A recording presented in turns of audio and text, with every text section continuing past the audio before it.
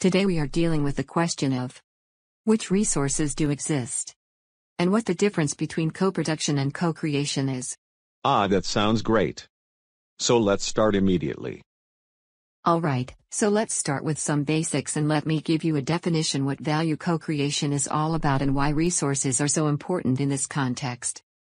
Value co-creation is a joint process during which value is reciprocally created for. These actors engage in the process by interacting and exchanging their resources with one another. The interactions occur on an engagement interface where each actor shares its own resources, integrates the resources provided by others, and potentially develops new resources through learning process. So, what resources do exist? First, in the center there is the customer oneself, which brings, for example, planning skills, creativity, curiosity, and resilience. In addition, there are private sources of resources.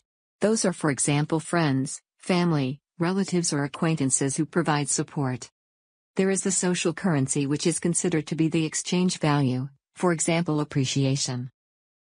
Further, there are public sources of resources. Those are governmental subsidies, tax incentives, or support by a community, for example, the Tesla community. There is the public currency, which is considered to be the exchange value, for example, taxes. Additionally, there are other market-facing sources of resources, for example, third-party energy providers where Tesla owners can charge their batteries. In this case, there is the economic currency, which is considered to be the exchange value, for example, money. Derived from this results the resource integration from the perspective of the consumer. There is the resource integrator, the customer, which is in constant exchange with the sources of resources. Here, a value proposition is exchanged with the social, public, or economic currency.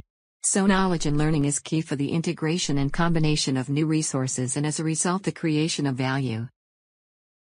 In this content we distinguish between operand and operant resources.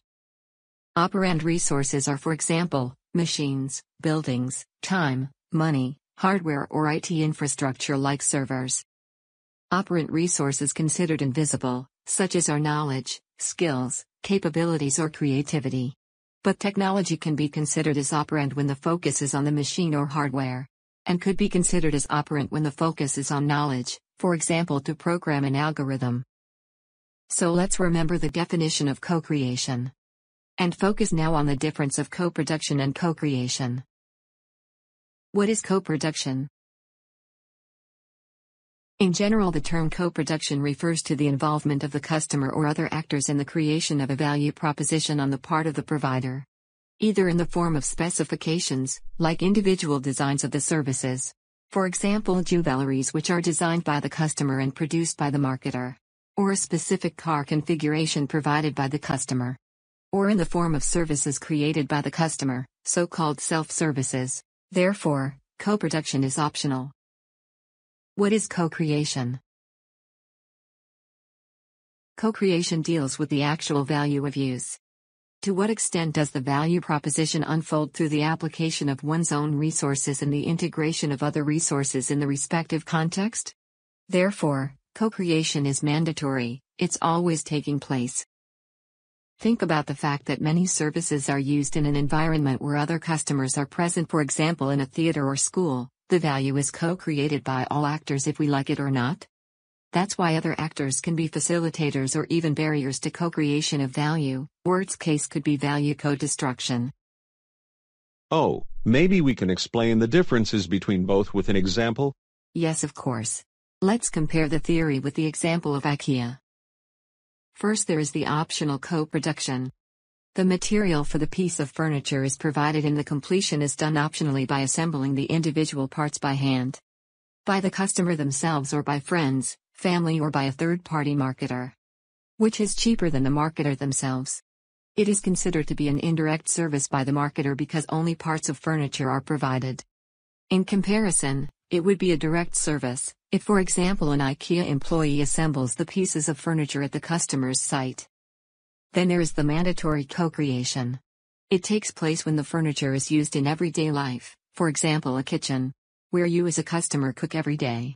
So value co-creation depends on the resources which are integrated by the customer. For example, cooking capabilities or recipes and ingredients provided by third-party provider, like HelloFresh. The more you enjoy the meal in a nice environment, the higher the co-created value is. So, the context of collaborative value creation is the unique composition of actors with their own characteristically reciprocal connections and network behind the actor.